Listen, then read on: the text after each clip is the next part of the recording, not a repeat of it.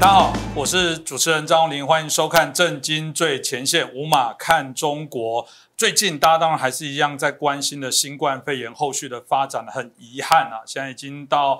快200万例的一个可能感染，然后已经也将近10多万人的这个伤亡。老实说，我们实在不愿意看到这件事情，所以当然大家就在究责啊。虽然大家觉得这个问题必须要来解决，但到底谁还是最终要负起一些政治责任，来避免以后这样的事情来发生？当然，大家见指就是 WHO， 哇，谭德赛很猛他召开国际记者会。痛骂台湾5分钟，台湾的知名度从来没有这么高，登上热搜，就大家搜寻谭德赛跟台湾到底怎么回事，想搞清楚。但我很好奇的是，以 WHO 一个中国的政策骂台湾，是不是在骂中国啊？这也让我非常好奇的事情哦。当然，过往中国很自豪，在投入许多大外宣，从2009年开始，号称投入450亿的人民币，这么多的钱，到底它的大外宣最后的结果，在这个武汉的疫情，是不是让它全部来破功？我们今天就好来谈这个议题。我们请思成来介绍我们家今天的来宾。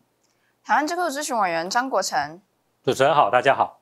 国策研究协会咨询委员董立文，大家好。接着我们就请教一下国成老师哦。其实当这个批判一直都有，就大家就说这个 WHO 事实上已经变 CHO， 事实上这不是台湾骂的冤枉。我记得最早的时候，从日本很多他们的这些政要官员的部分，是很多人事实上都开始质疑。美国当然也不用讲，老师你怎么看待？其实呢，这次这个 WHO 在这个整个疫情当中表现的确是让许多国家，特别是美国跟日本不太满意了这个当然呢，一方面不断的在帮中国讲话，我想这个大家都很清楚然后另外一方面也对这个疫情这个的重要性没有这个非常的强调。另外一方面，对于中国是不是有隐匿疫情这件事情 ，WHO 我个人认为没有发挥国际组织应有的道德责任去责成中国一定要诚实的这个通报这个疫情，我想这一点是它最严重的一个问题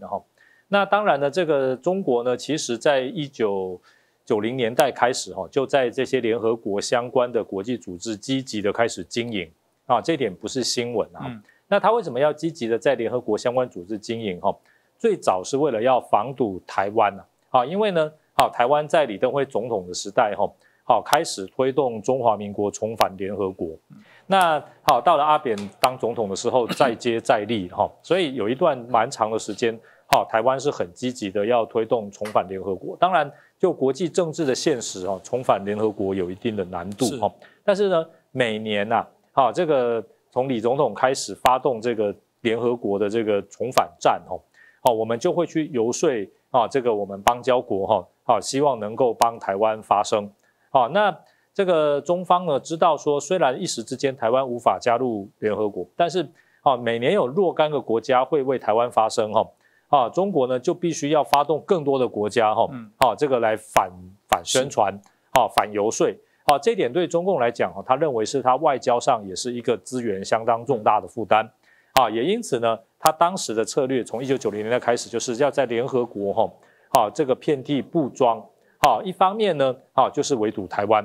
另外一方面呢联合国有很多功能性的组织这些呢都被中国认为有可能会成为国际间用来制衡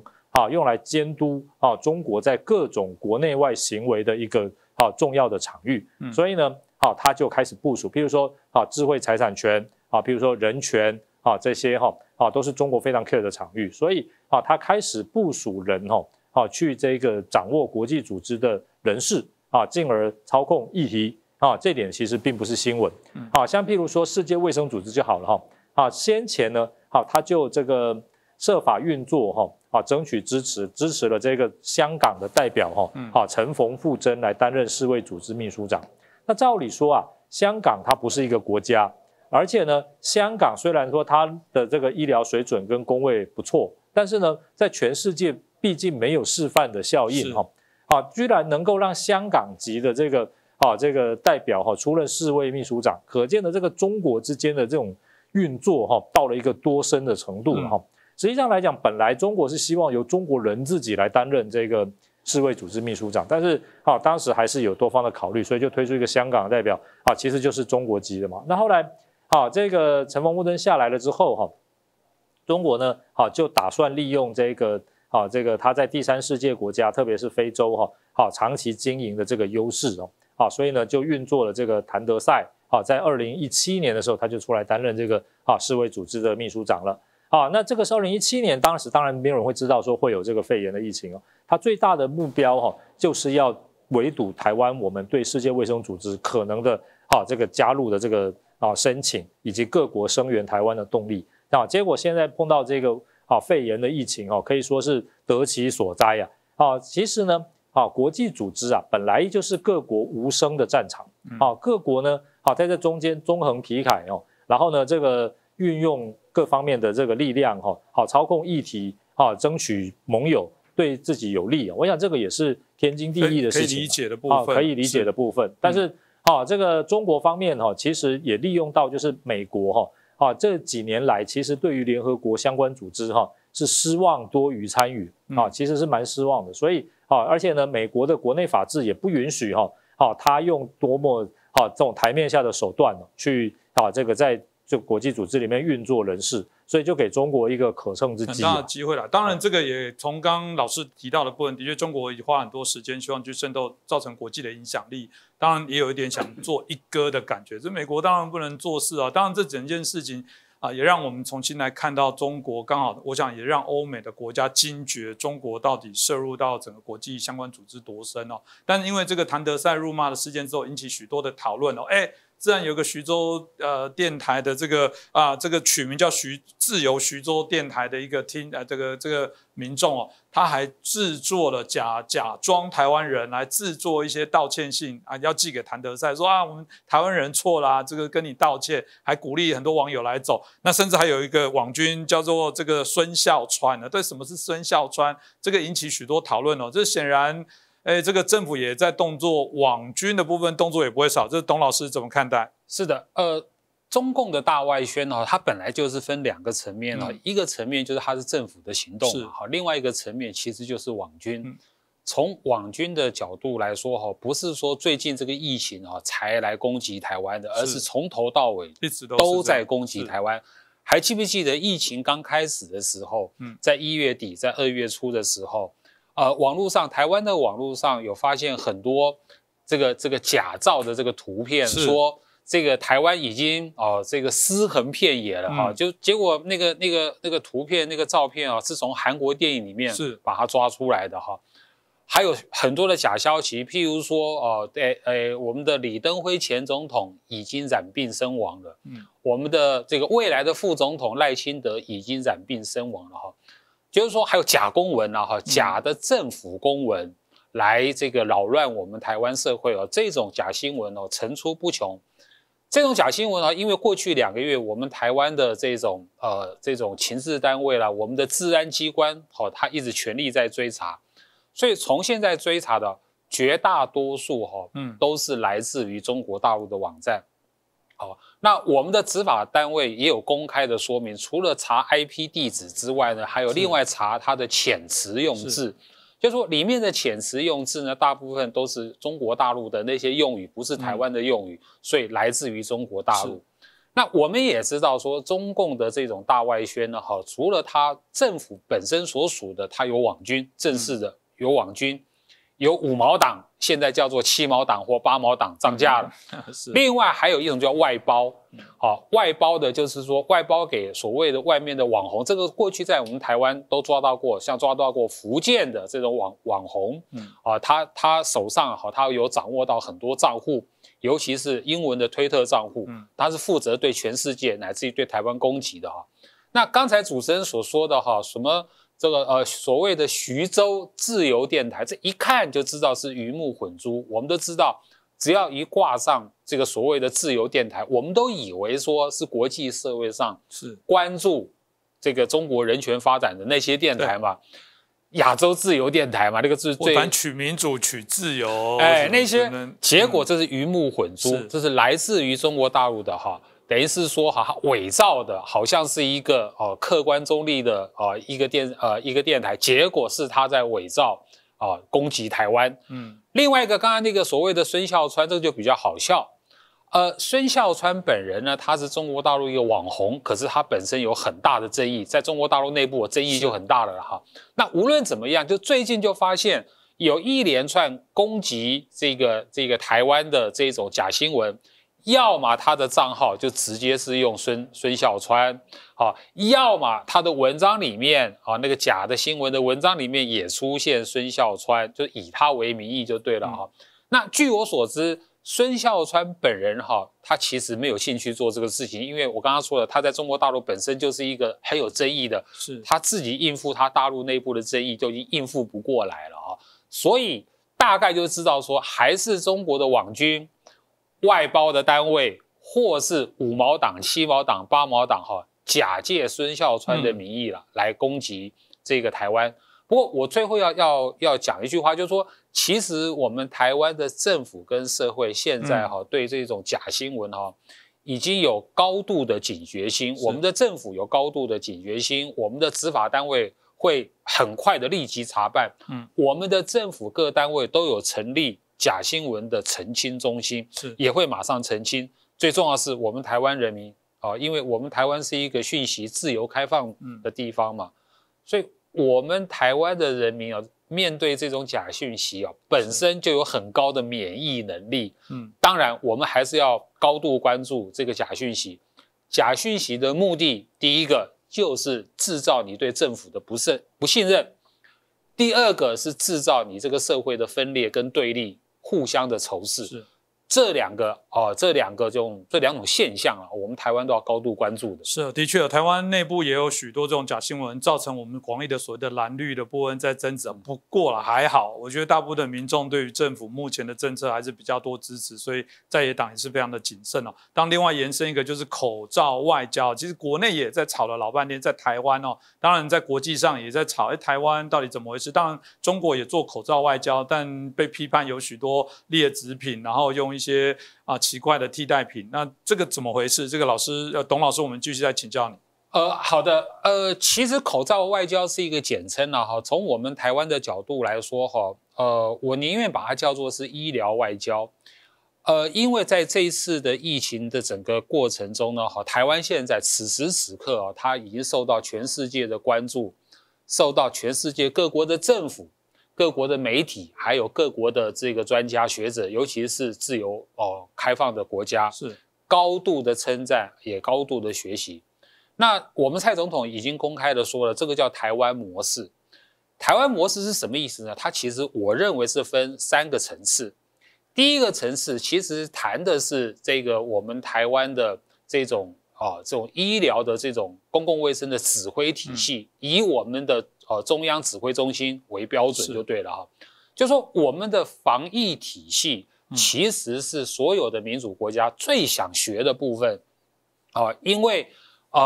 中国模式中共自己把它叫做中国经验，他没有讲中国模式，他讲中国经验中国经验是全世界民主国家学不来的，因为它是一个集权国家嘛，它可以封城、封门、封户，它把一切都封了。民主国家是没有办法的反而是台湾的这一套模式，就是说如何在一个民主开放的社会里面，然后政府跟人民一起合作来共同防疫，而且是有效的防疫。前2天那个富比士杂志不是有公开推崇我们蔡英文总统在防疫其实是全世界第1名。那富比士杂志里面讲了一个重点，说台湾呢在防疫的过程中呢采取了124项措施。其实这句话的意思是指我们的防疫的体系至少有124项这个标准作业程序 SOP。因为各位知道，就是说其实防疫的每一个程序其实它都是学问，你要怎么样的隔离，你要怎么样的分流，你要怎么样的做检疫，这个都是学问。外国最想学的是这个。那据我所知，其实是超过150项了这是所有民主开放的国家跟社会他们最想学的是这个部分。第二个部分谈到台湾模式，第二个部分是指的我们科技防疫的效果。我们的科技防疫怎么样的能够兼顾人权，又有效的掌握疫情的发展，这个是外国最想学的。讲到科技防疫，中国一定是第一名，因为我们之前讨论过嘛，中国本来就是一个数位极权主义，就他们的现在监控人那么厉害，他事实上是很厉害的来做这掌握。他还号称你戴了口罩，他一样可以脸孔辨识啊，对不对？这种能力全世界有哪个国家办得到？但外国要学的，民主国家要学的不是这个，而是说怎么样的兼顾人权，兼顾人民的隐私，然后又能够有效的防疫。所以我们台湾的所谓的科技防疫的成果，那也是外国最想学的。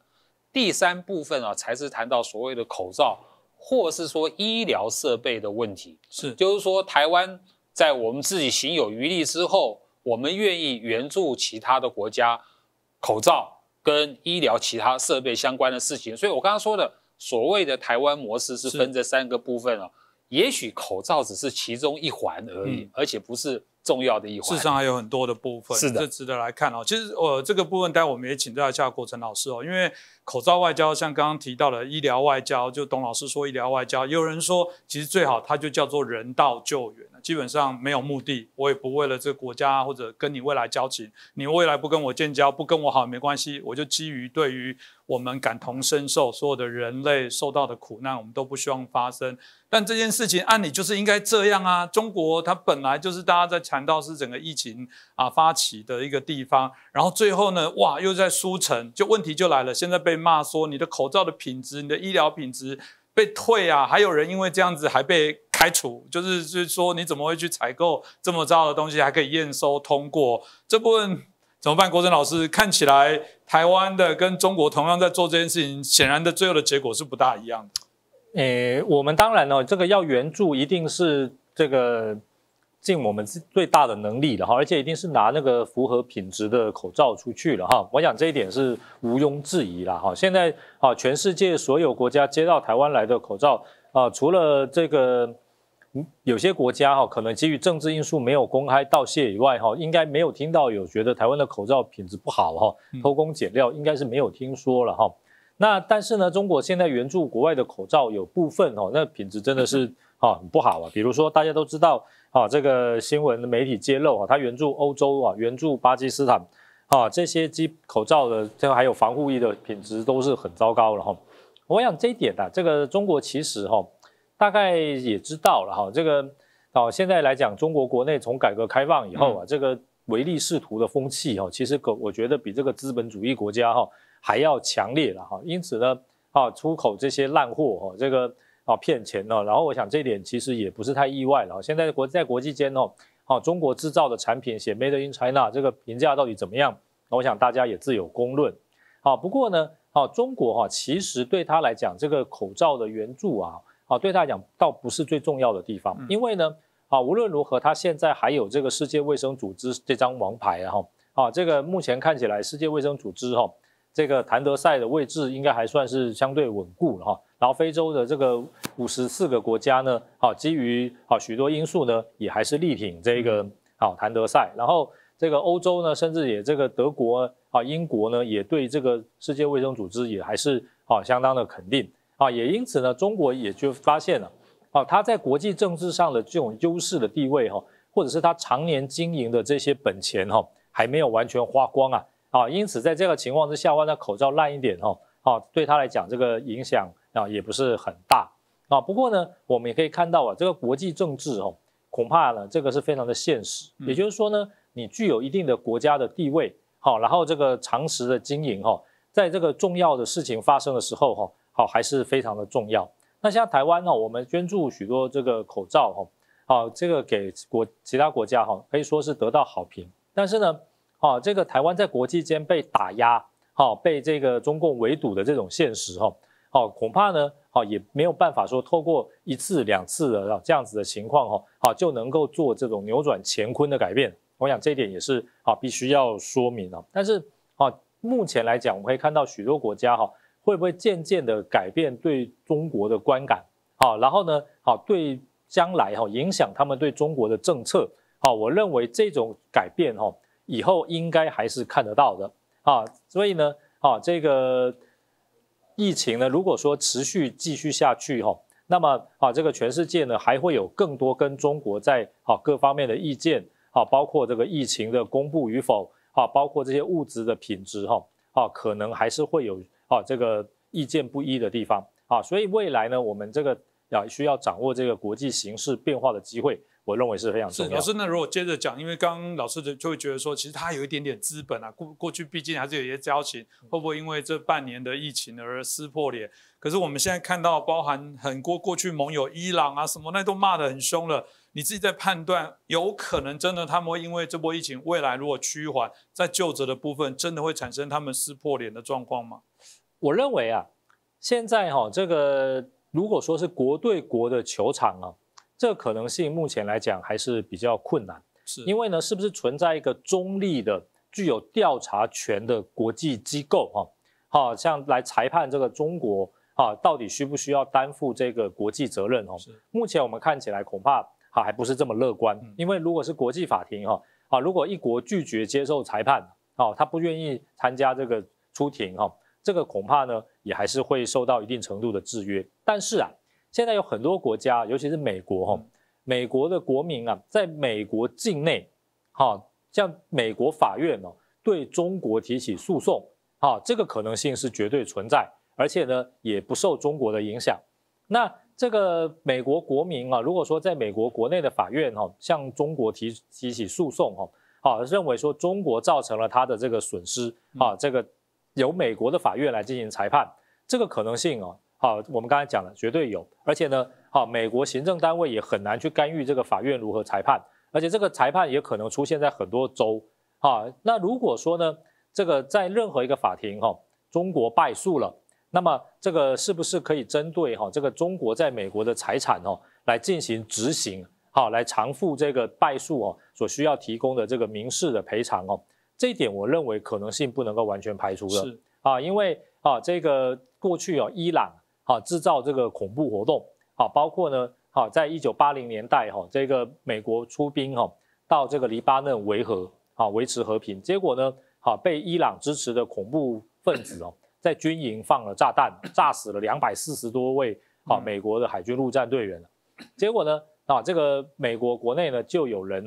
要求这个伊朗对这个恐怖活动造成美国的损失要赔偿在美国国内的法院打官司，那伊朗当然他一定是缺席的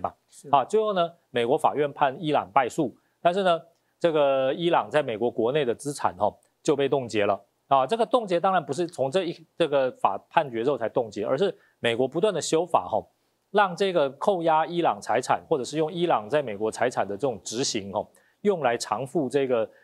恐怖主义的赔偿这个法律是越修越多了，所以呢谁可以说这是不乏潜力那么这个中国在美国的资产呢，这是比起美国伊朗在美国的资产，那是多了不晓得多少倍资产我看到很多就是说把我们欠他的那个债就开始来减就好了这个当然将来会采取怎样的作为首先就是先看美国的政策会不会转变，第二个呢就是美国会不会提出符合程序正义的这个作为去具体的证明中国纵使不是他制造病毒释放到全世界至少呢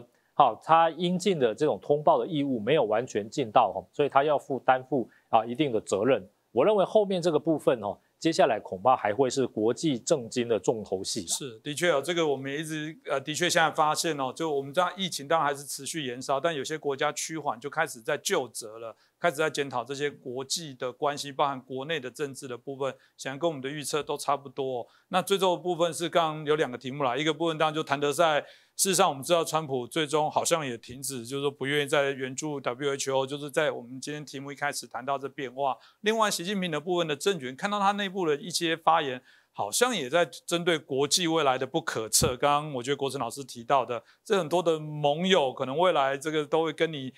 翻脸。那这部分老师怎么看后续的发展？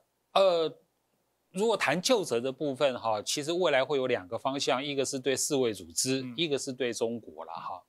那如果说现在谈中国的大外宣的话我相信中共当局它应该很明显的而且严重的感受到现在全世界有一股反中的潮流已经出现了是那也是这个也是非常讽刺的就是说这一股反中的潮流反中共是中共的大外宣它所带动的就对了非常简单哈，我先讲一下几个重要的趋势，因为案例实在太多了，全世界各国都有。趋势是什么趋势哦？就是说中国的这种大外宣哦，为什么会发生这种惨败的结果？我认为主要有2个原因。第一个原因是中国大外宣的手法，他把他的对象，全世界人民的对象，把他当作是中国人民，他用洗脑的方式去跟人家大外宣。是。可是我们都知道，在中国大陆，整个讯息是封锁的，是控制的，中共很容易洗脑。可是你一踏出了中国的门口，拜托，全世界你哪有那么容易洗脑啊？所以会造成世界各国的尤其是民主国家的，你无论是政治人物或是一般的人民，极度的反感。你既然来洗脑我嘛。第二个是这个中共的这个洗脑的方法它的诉求的对象看起来，我觉得不太像是要洗脑这个外国人民。的确，他是要洗脑，可他实际的效果看起来是回过头来想要洗脑中国人民。可是中国人民也没那么好洗脑，所以我觉得他第2个最错误的地方他整个大外宣的效果是在洗脑习近平。这什么意思？各位知道吗？就是说，中国的外宣部门、外交部门在全世界各国努力的去讲习近平多么好，习近平是最重要的，是中国的救星，全世界的救星，因为他抗疫成功。这个话外国人听不下去，这个话中国人民也听不下去，有一个人听得下去，习近平。所以我觉得现在看起来这种中共的大外宣它在全世界不同的国家有不同的案例。可是呢，造成的那个反效果都很清楚。可是呢，它到最后那个反作用力会回到中共本身，乃至于回到习近平本身。所以也难怪习近平他会在开这个政治局会议的时候说，国际不确定的因素增加。他讲的我觉得还太婉转了。国际反中共的究责中共的这种因素正在增加，而且急速的增加。是，我想这个大概一定也是我们看到中国大家自己始料所未及的部分没想到一个疫情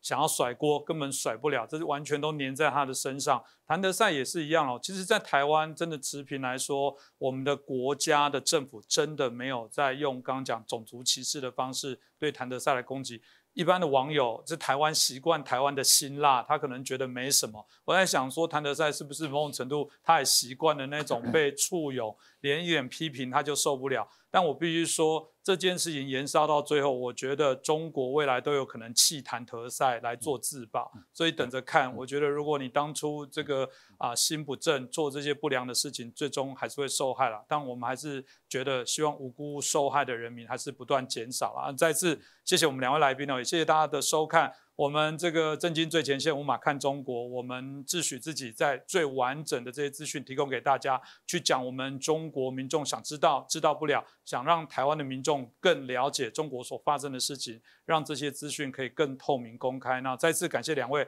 也谢谢大家的收看。大家好，欢迎收看震惊最前线无马看中国，我是主持人张宏林，很开心又在线上跟大家碰面当然，在这一波武汉肺炎的疫情，大家有人会说，是不是第3次世界大战开打？有人说是，这一次所造成的伤亡，有人说不比前几次的世界大战，它造成全世界100多的国家卷入，然后造成10多万人的伤亡。你要说是近期的全世界最大规模的战争，当然不为过。但有人所谓的第3次世界大战，是说真的有可能会产生，真的有可能因为这一波从对人的这些发烧，到对经济的发烧，到对政治的发烧，到国际政治的发烧而产生的区域的或者全球性的这些冲突，我觉得可能无可避免。所以今天很开心，我们邀请到作家我们范畴老师好好的帮我们来做一下解析。那是不是请我们范老师跟各位观众问候一下？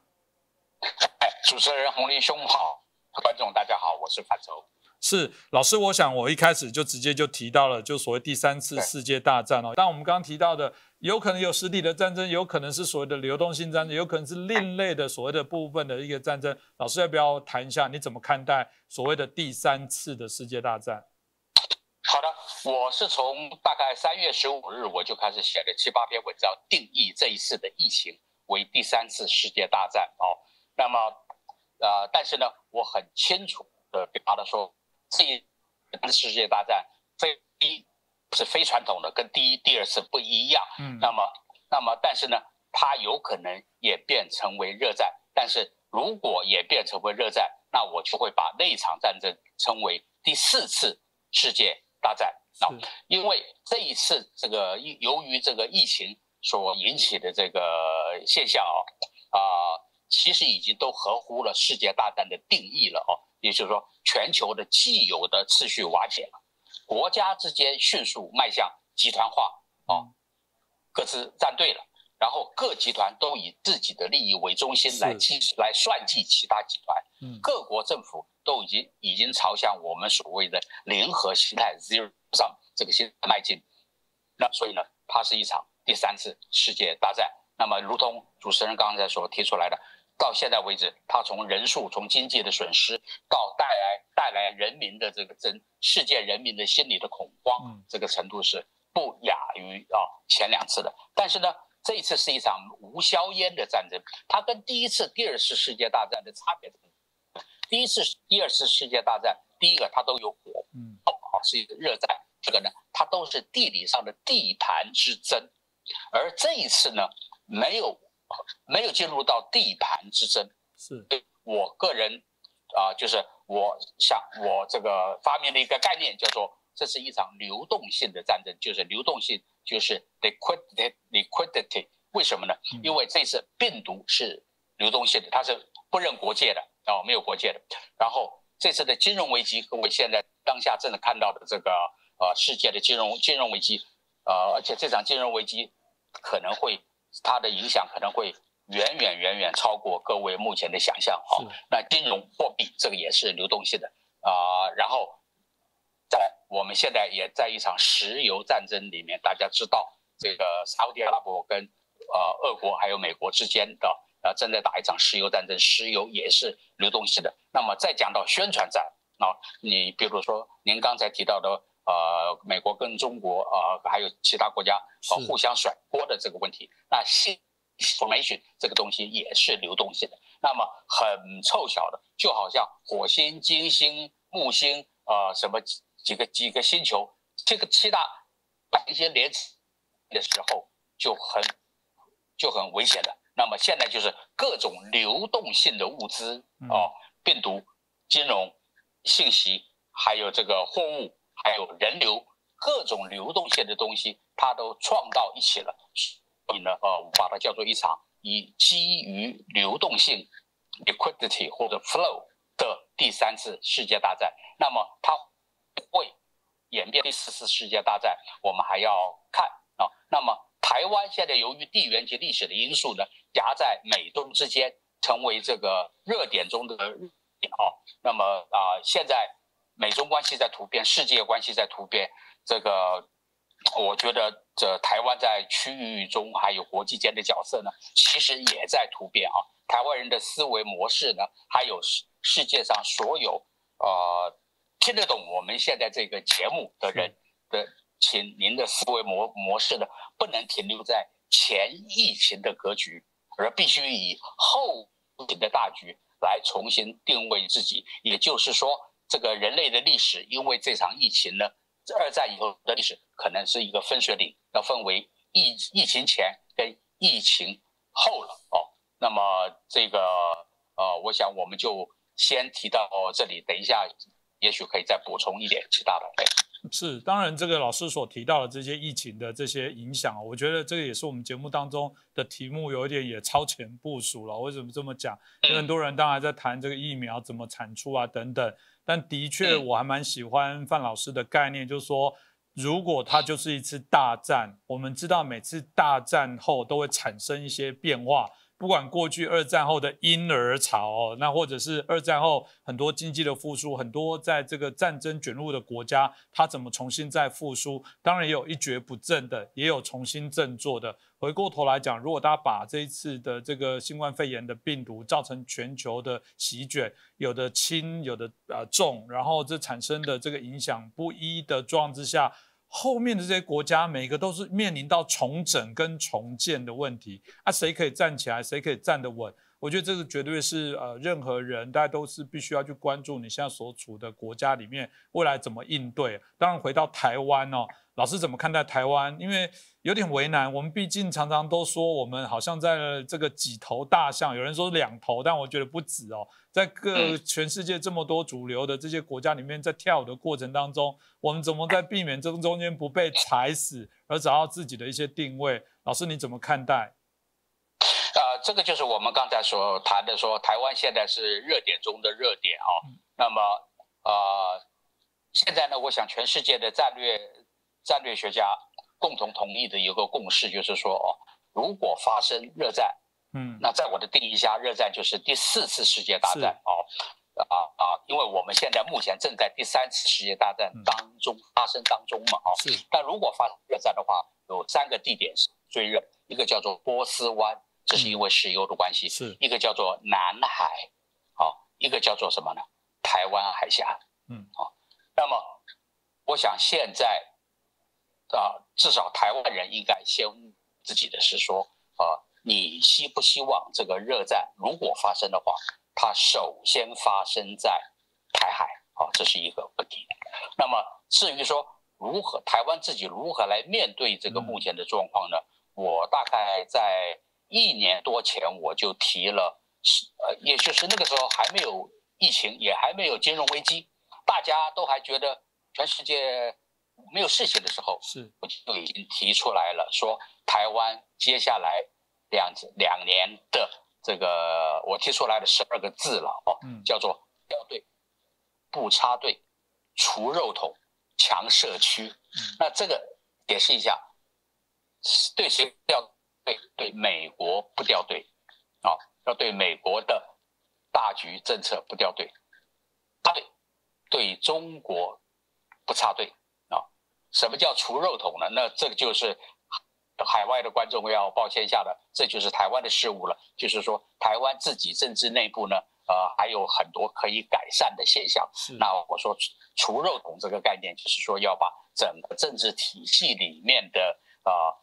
比较不理想、比较黑暗的那一面呢，要清理一遍那么强社区，因为社区对台湾是非常的重要。各位从这次防疫的情形里面来就可以看到，台湾的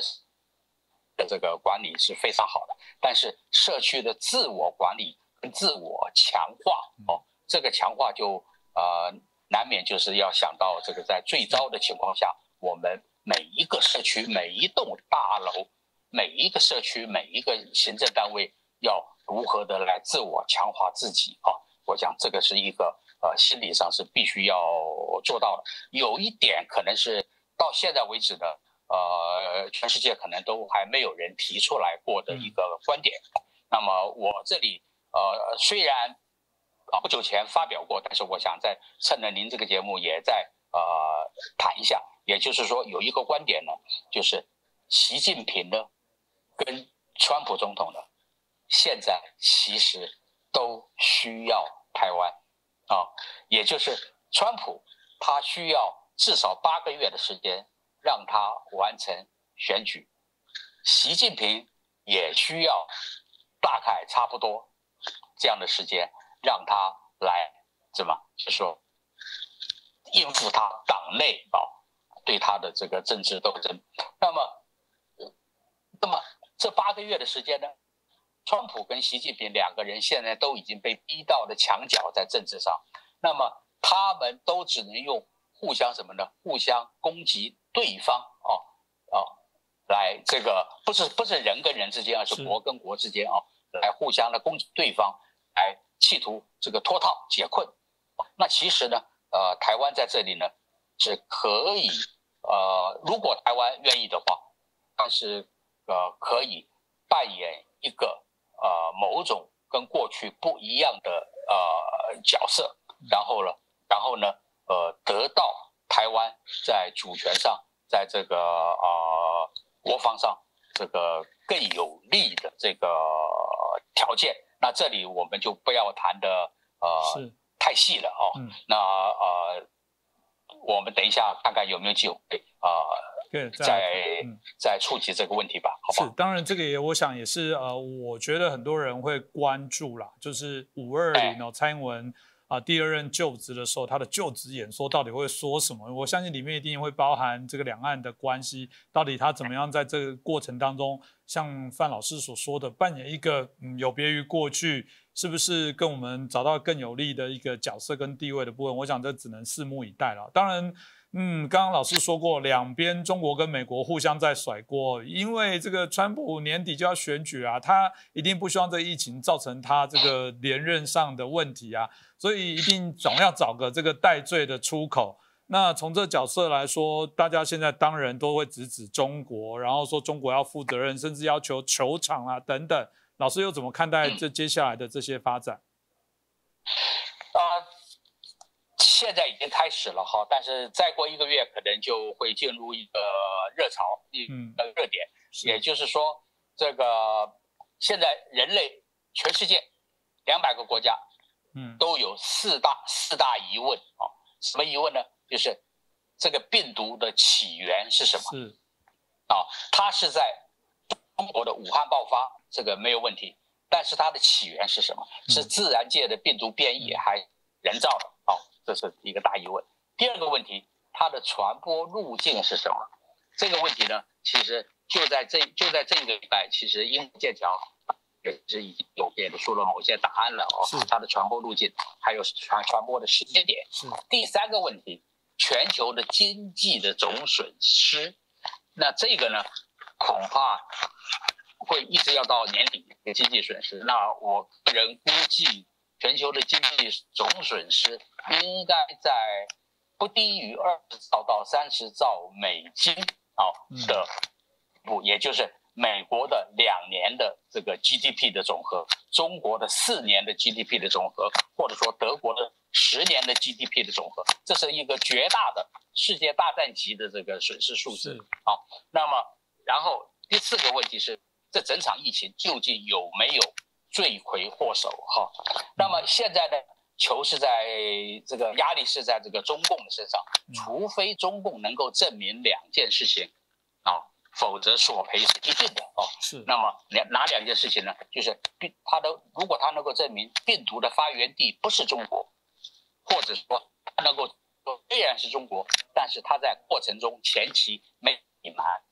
那么他证明这2点全球索赔是一定的。但是我个人的看法是呢，法律上的索赔，比如说美国现在有团体到美国德州的法院去告中国政府了或者说意大利什么的这一类的法律的索赔呢，我觉得是多半是没有结果的，因为在国际法上面这样子，在没有战争的情况下，这个是法律的索赔多半是没有结果。那么结果一定是什么？政治性的索赔。所谓政治性的索赔呢，也就是经济性的，比如说美国扣押中国的某些在美国的资产，甚至于说开始限制中国开始使用美元作为通货，因为美元各位知道，比如说你搭了一个国家的这个航班之后，你在那个航班上，你就是在那个国家的领土上，也就是说英国的飞机在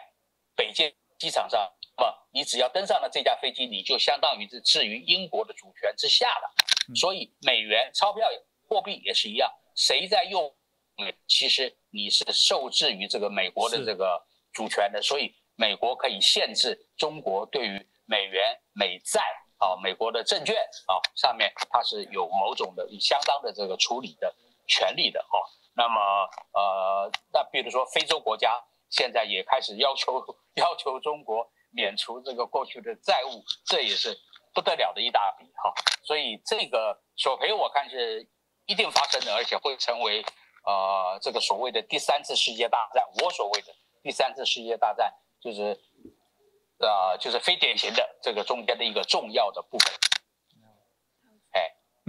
所以当然我们看到这整个发展的过程当中，当然也会有点担心这个担心当然刚刚老师有提到说，已经有提到说几个有可能造成冲突的热点，我们当然希望大家还是都很平安的，不会因为这疫情没有病死，最后反而战死或者有其他原因的这种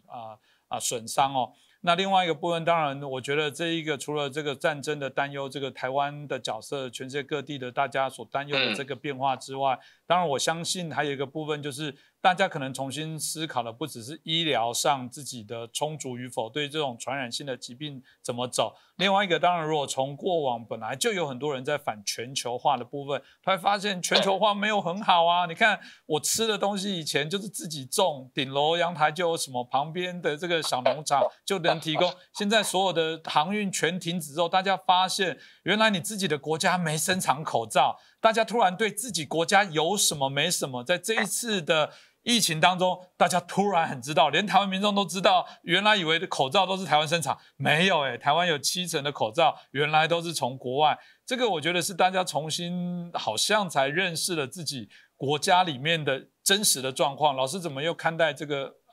病毒所产生的这疫情之后的这些改变呢？这是一个很大的问题。首先主持人我想跟先澄清两个概念的不同，因为这两个概念如果混淆的话，问题是想不清楚的哈。就是所谓的全球化跟全球主义是不一样的。所谓全球化，我们英文叫做 globalization； 所谓的全球主义，我们的叫做 globalism， 这是不一样的。globalization 全球化就是人财货之间的这个互通有无啊，这个是从16世纪大航海时代就开始的，它不可能不见的啊。也就是说，人类的基本的这个互益有无的这个现象是不会消失的啊。会消失的或者会减弱的是什么？是全球主义 globalization，也就是所谓全球主义，就是说某一个单方或者某一个寡头集团，他要把他的信念、他讲他的制度，让全球一体化、一致化啊。那这个呢是2战之后美国独大之后才发生的事情。那么这里想提醒大家一点的是，就我所了解的，像美国总统川普，他反对的不是全球化，不是 globalization， 也许他自己在用字上他都没有这个程度哈。他其实他是反对的这个 globalism， 就是说他不希望美国再继续成为地球上的最主要的比如说世界警察啦，承担所有地球秩序的财力啦，这个他希望这个大家能够把自己每一个国家把自己照顾好啊。你如果照顾不好，你侵犯我刚才就是我曾经提过国家利益的时候他就开始对你开干了，对不对啊？那么他是反对的是这个东西。那么所以呢，他赞成的是什么呢？他反对的是多边对多边，所以他反对 WTO， 他反对 WHO， 他甚至于反对联合国，对不对？他反对这个 APEC 那么他是希望单边对单边，也就是各个国家之间谁看得顺眼，谁对谁有利就你国家跟国家之间签约就好。所以你看他上任以来签了这么多约那么这个对台湾来讲呢，我觉得台湾人